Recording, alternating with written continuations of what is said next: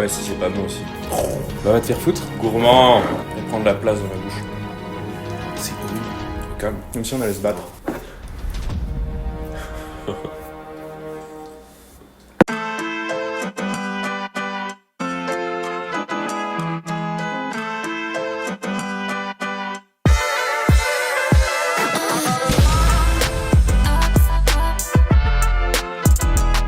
Bonjour à tous les abonnés d'Eternbus, bienvenue dans Hot Ones Chicoutimi, une émission dans laquelle je pose des questions avec des sauces piquantes à l'intérieur. Aujourd'hui on reçoit Matteo Milario. Salut Matteo. Monsieur Bonnat.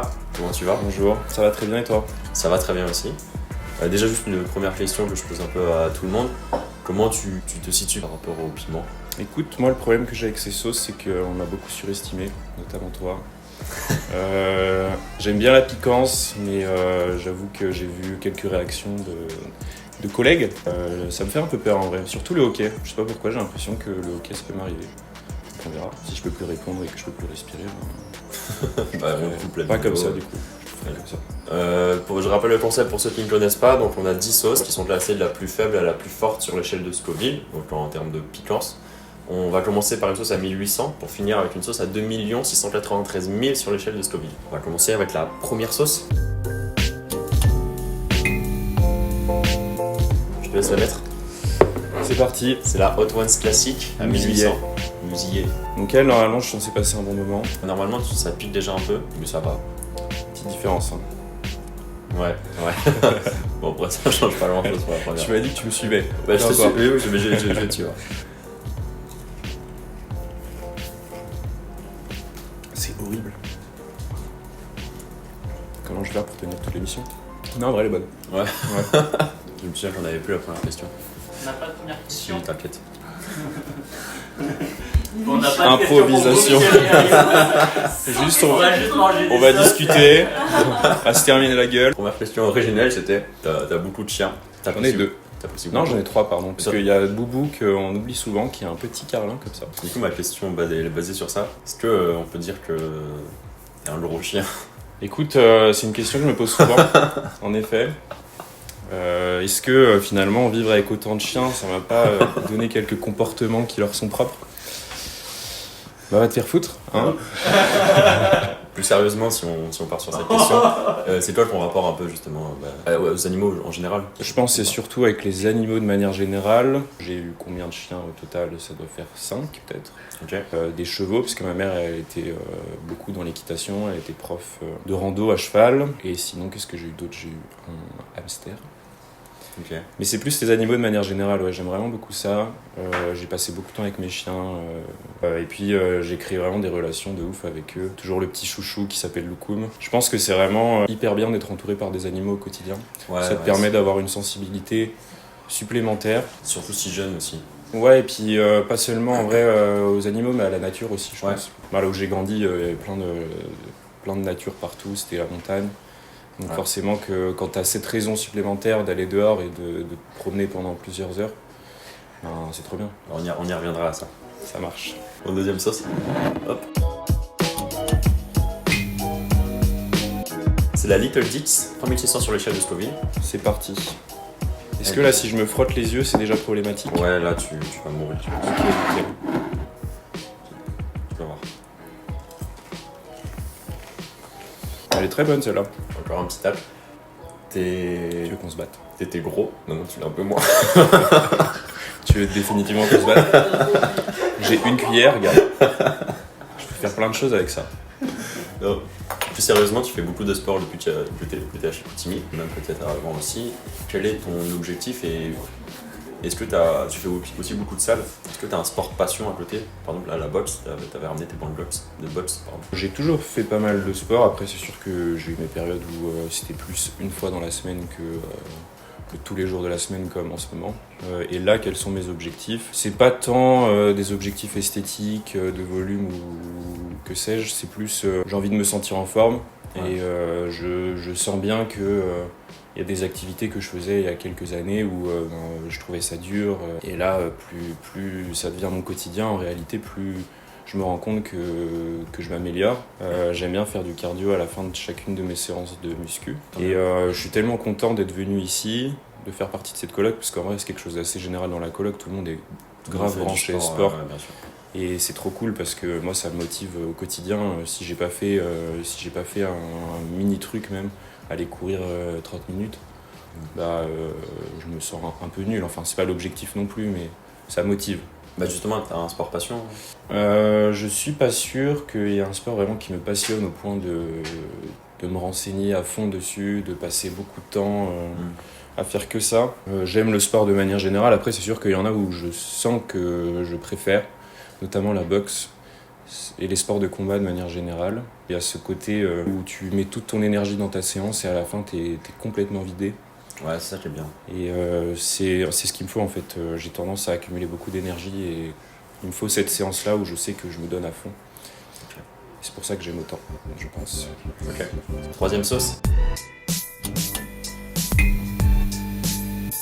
Allez, c'est parti. La nails, vas-y, je te laisse le mettre. Sauce aux oignons fumés. En vrai, du coup, je charge un peu parce que tu me dis que c'est aux oignons fumés. Ouais, tu peux, hein. Moi, ça m'intéresse.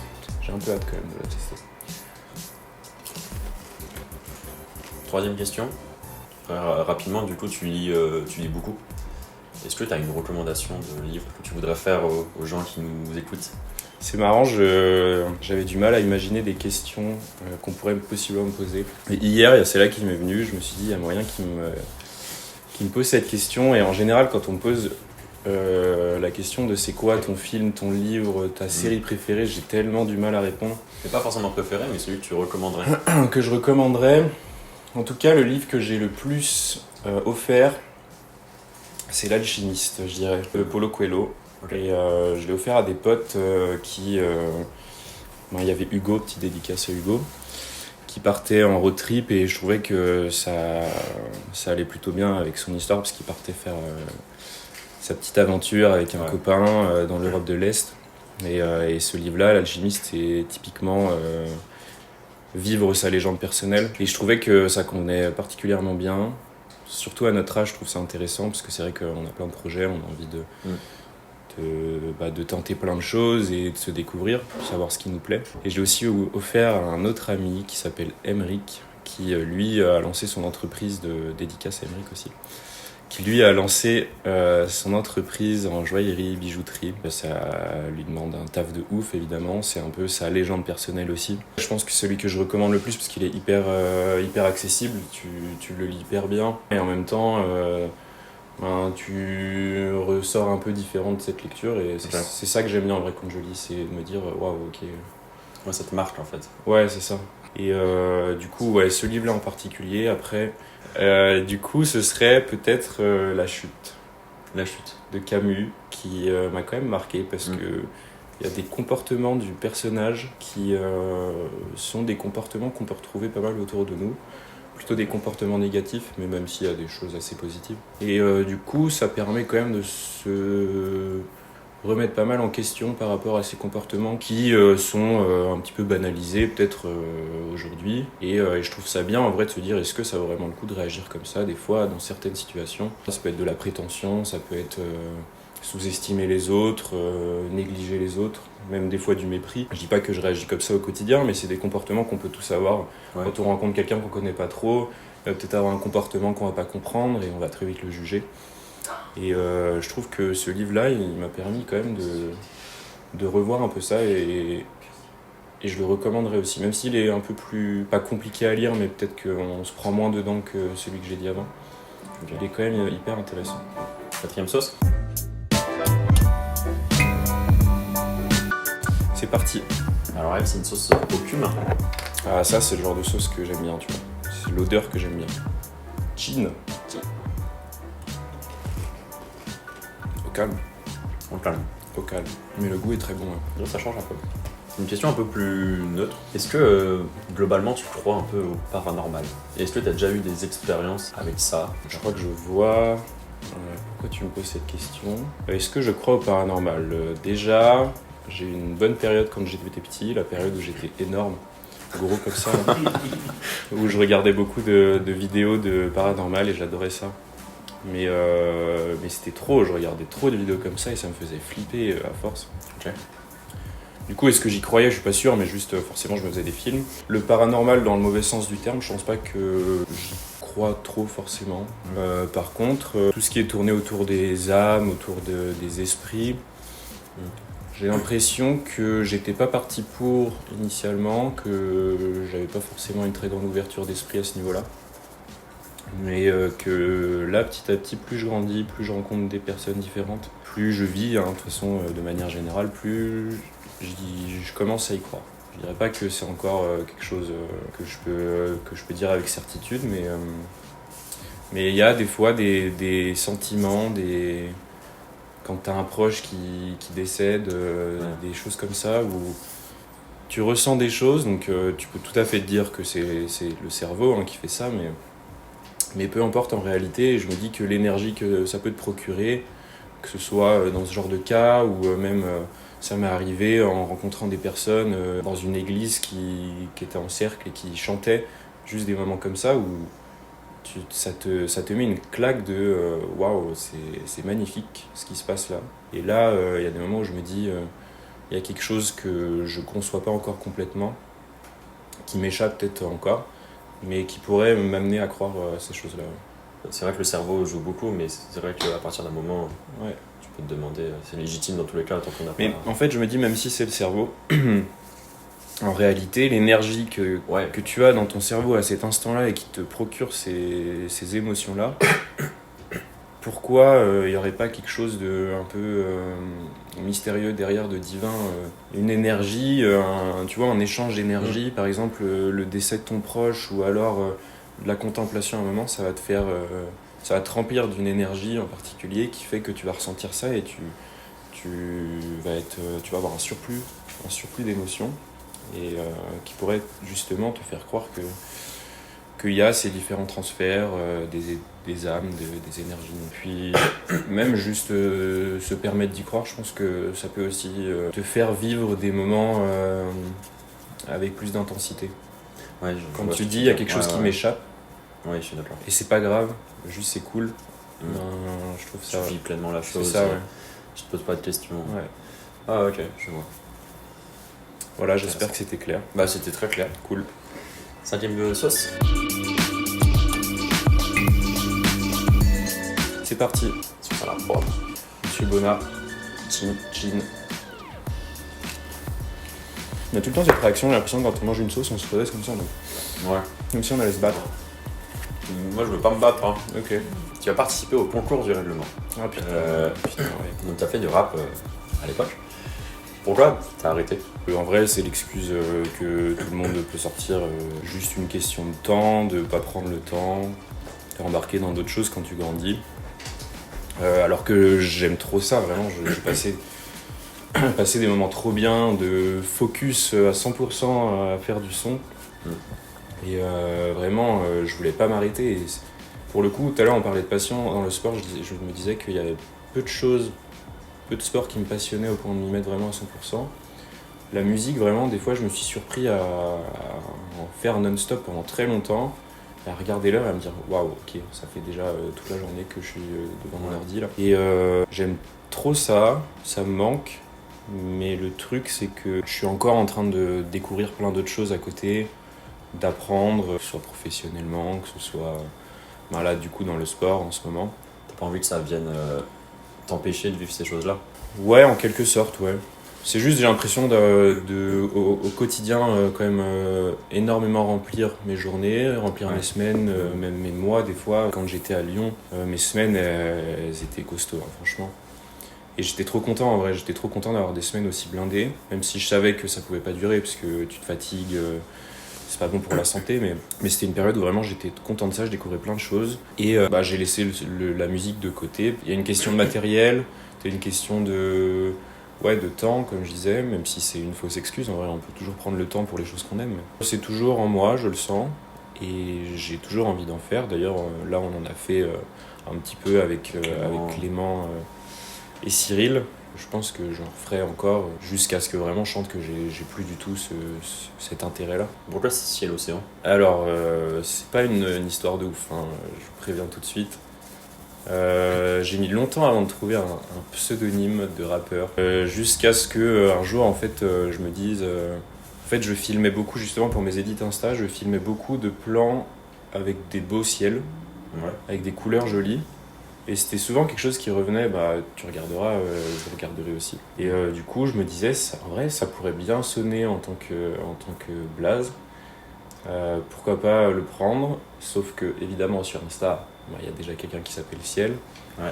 Du coup j'ai dit ciel, océan, parce que je sais plus, il me semble dans mes paroles à un moment je disais ça, je me suis dit ça sonne bien aussi, allons-y. Sauf que c'était aussi pris, donc au final ciel océan avec le O de océan qui est écrit EAU. Voilà l'histoire folle de mon nom d'Insta.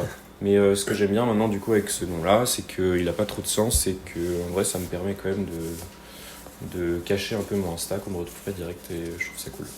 Ouais, c'est vrai. Voilà. 6ème sauce. C'est La Pepper North. J'ai tenté une nouvelle stratégie, je vais la mettre directement comme ça. la technique de Nico. La petite poche. Chine. Alors question très sérieuse. D'où te vient ce charisme légendaire? J'ai déjà fait des leçons de charisme à certains de mes amis. C'est un compte Insta dont j'ai clairement oublié le nom, mais un mec génial qui s'appelle, je crois que c'est Stéphane quelque chose, et qui fait des leçons de comment boire avec charisme. Mais c'est à la fois des mouvements un peu rapides, mais en même temps tout en restant très, très lent et très calme.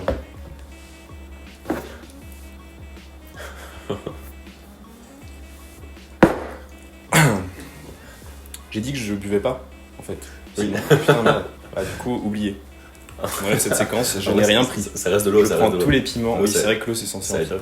ça aide pas du tout. Tu peux la répéter la question? D'où te vient ce charisme légendaire? Je sais pas, en vrai, je dirais que c'est juste que j'ai un tempérament calme. Après, je considère pas moi spécialement avoir un charisme légendaire. Mais c'est vrai qu'on me le dit souvent et ça me fait rigoler. Mais je dirais que c'est juste parce que je suis lent, donc c'est plutôt un défaut qu'une qualité en général, que j'ai peut-être transformé en qualité à force. Je prends mon temps. Ouais, t'es chill, t'es calme. Ouais, je suis un mec chill, ouais. On peut dire ça. Ouais, c'est vrai. Et j'imagine que c'est pour ça. Maintenant, c'est plutôt à toi de me dire pourquoi. Hein. Tu dégages quelque chose de très calme, je trouve, peut-être plus posé, mais du coup, peut-être plus mature. Après un an de coloc avec moi, tu vas dire toujours la même chose en termes de maturité? Non. Je dis déjà d'autres Je te dis déjà des choses différentes du début. 7ème sauce? C'est parti. C'est la Ninja Napalm. Elle est à 133 000 sur l'échelle du Scoville. Et là, c'est là où ça commence un peu à piquer. Commence à faire mal? Ouais. Je savais tellement. Go, mourir. Santé. Santé. Ouais, ok, si ça monte un peu, je suis d'accord. 7ème question. Du coup, on en a parlé. T'aimes beaucoup lire. Et même de manière générale, t'aimes beaucoup la littérature. Justement, pourquoi t'être dirigé plus vers un parcours d'ingénieur plutôt qu'un parcours littéraire? C'est une question que je me suis beaucoup posée. Je fais genre, je recale mes trucs alors que juste ça me pique la bouche, c'est tout. Et j'ai du mal à réfléchir. Ouais, en vrai, très bonne question. J'ai pas forcément la réponse. Je pense que si je m'étais un peu plus écouté, je serais allé vers ce genre de filière. Mais juste l'enchaînement des choses fait que j'étais plutôt bon en sciences. J'étais bon aussi en lettres. C'était pas un souci pour moi, j'aimais bien ça. Quoique au lycée, je pense que je réalisais pas encore à quel point je pouvais être sensible à ça. Et c'est venu après, je pense, surtout. En vrai, je trouve pas forcément mal d'être passé par là, parce que j'aime bien les sciences, je suis content d'avoir appris ça, même si je n'étais pas passionné nécessairement par ça.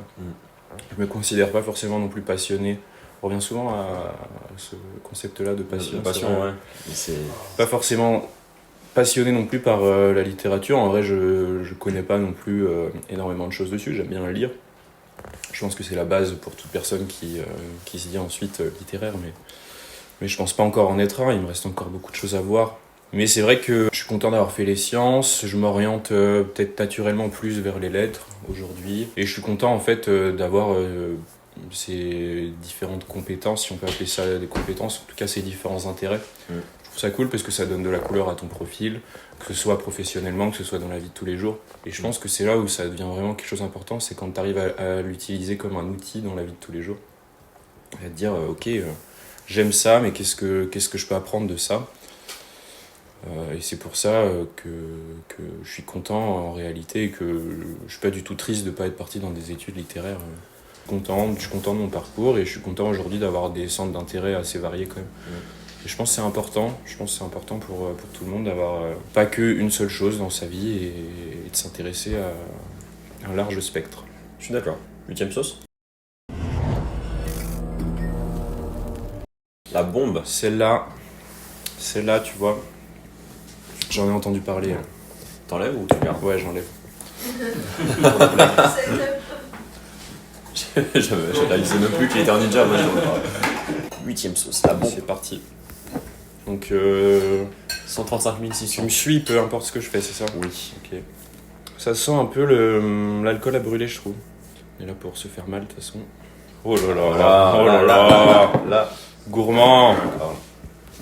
Bon, allez, on se retrouve juste après avoir pris la sauce. Oui. Chin. En vrai, le goût m'a pas tant perturbé. L'odeur était pire que le goût. Ouais. Mais c'est un goût d'alcool, je sais pas si tu trouves aussi, on dirait que c'est fermenté. Elle prend de la place dans ma bouche. Je sens qu'elle gonfle comme ça. Ah si, ouais, c'est pas bon. 8ème question. Allons-y. J'ai quelque chose à te montrer. Coucou Dingus, du coup on m'a laissé l'opportunité de poser une question Ma pour femme. Monsieur Otwans.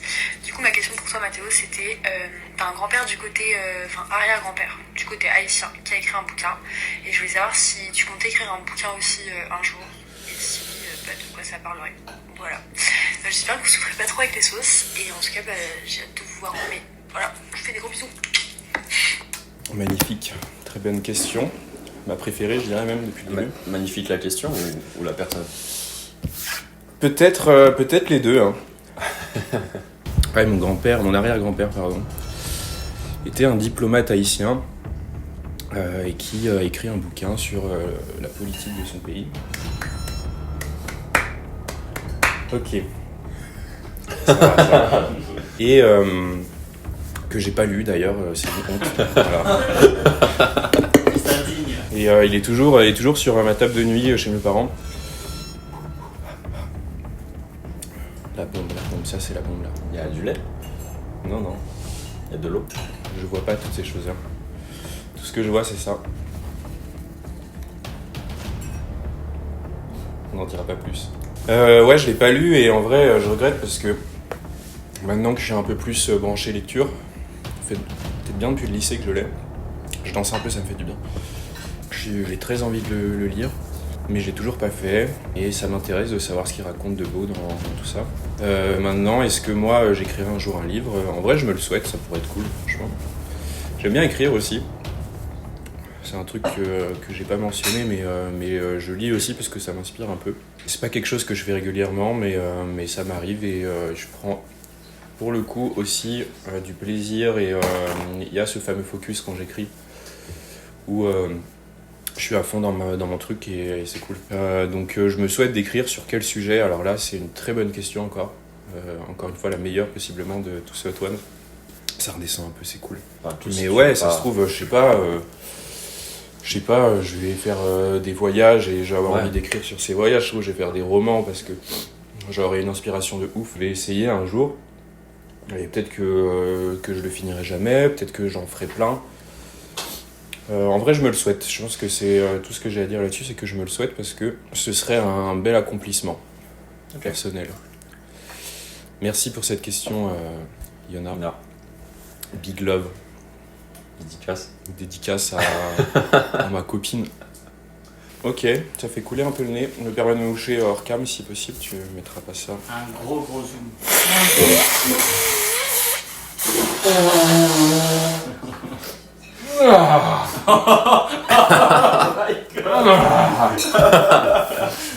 Neuvième sauce. Elle est à 820 000 sur l'échelle de Scoville. Pourquoi tu ris? parce que ça peut paraître impressionnant, mais en soi, elle est moins forte que la bombe. Est-ce qu'elle vient annuler un peu les effets de la bombe? Non, elle te garde bien en fait. Ok, en vrai là ça va. Je prends limite du plaisir Oui. avec la piquance de cette sauce. Santé. Santé. Comment J'ai rien senti là. Mais vraiment, Ah ouais, si c'est pas bon aussi. Je crois que c'est vraiment. En fait, c'est le goût qui me dérange plus que le piquant au final. Parce que t'as vraiment l'impression d'avaler quelque chose qui doit pas être dans ton corps. Ouais. Après, lui, il dure moins longtemps que la bombe. La bombe, c'était traite parce que je sentais aucun goût au début. Ouais, ça vient dans la gorge un peu quand même. Je sentais aucun goût au début et puis d'un seul coup, j'ai ressenti le goût ignoble dont tu parlais. Ouais. 9ème question, t'as fait Poly & Co. Déjà, est-ce que tu peux rappeler ce que c'est Poly & Co pour ceux qui ne connaissent pas l'association et quel poste tu avais? Alors, Poly & Co, c'est une junior entreprise, si certains connaissent le terme. Et une junior entreprise, c'est quoi? C'est une association. Les membres de l'association proposent aux étudiants de l'école des missions avec des clients, des professionnels, qui leur permettent d'appliquer leur savoir théorique qu'ils apprennent en cours. Donc typiquement, par exemple, à Polytech Lyon, on a des ingénieurs en informatique. Ils savent développer des sites internet, ils savent développer des applications. Les membres de l'association de la junior entreprise, ils vont aller chercher des clients qui seraient intéressés par la réalisation d'un site. On va les mettre en lien avec l'étudiant de l'école. Et ensuite, on va faire réaliser le projet. Les membres de l'association, ils organisent, ils font tout le côté management des étudiants, mais aussi relation avec le client. Et puis, ça permet aussi de rétribuer les étudiants qui réalisent les missions. C'est ça qui est aussi très cool, c'est que on sait que c'est pas toujours facile pour les étudiants de vivre convenablement. Ça peut être compliqué de faire les courses pour la bouffe chaque semaine, etc. Ouais. Du coup, il y a aussi ça qui était vraiment bien dans cet asso, c'est que tu vas rétribuer à la fin un étudiant qui a bossé, qui a réalisé vraiment quelque chose de concret. Et qu'est-ce que ça t'a apporté justement cette expérience dans ta vie? Ça m'a apporté de l'intérêt pour le monde pro. En fait, j'ai toujours eu cette fibre un peu entrepreneuriale, je pense, où je me suis toujours dit j'aimerais bien créer quelque chose, sauf que pour l'instant, j'ai pas encore d'idée. Et le fait d'avoir fait Poly & Co, ça m'a permis de rencontrer des gens qui avaient ce genre d'idées-là. Et ça me motivait d'essayer de trouver une solution à leurs problématiques, à leurs besoins. J'ai beaucoup expérimenté le côté commercial du coup. Et ça m'a permis quand même de développer pas mal des compétences en termes de communication, en termes de management, je l'ai ressenti aussi beaucoup. Du coup, ça t'apprend énormément de choses que tu réalises pas trop sur le moment, mais après, quand tu es amené à discuter avec des gens du monde de professionnels, en entreprise, etc., tu te rends compte que, ok, en fait, ça va pas servir à rien. Ouais. Tu as plein d'idées qui te viennent sur le moment pour organiser le travail que tu pourrais possiblement faire avec eux, pour faire accélérer les choses. Et je pense que c'est ça que ça m'a apporté. C'est plein de compétences qui, en parallèle d'un diplôme d'ingénieur, sont quand même très cool à avoir et que tout le monde ne développe pas forcément. Donc si tu les as, ça t'apporte quelque chose de supplémentaire, c'est trop cool. Avantage, ouais.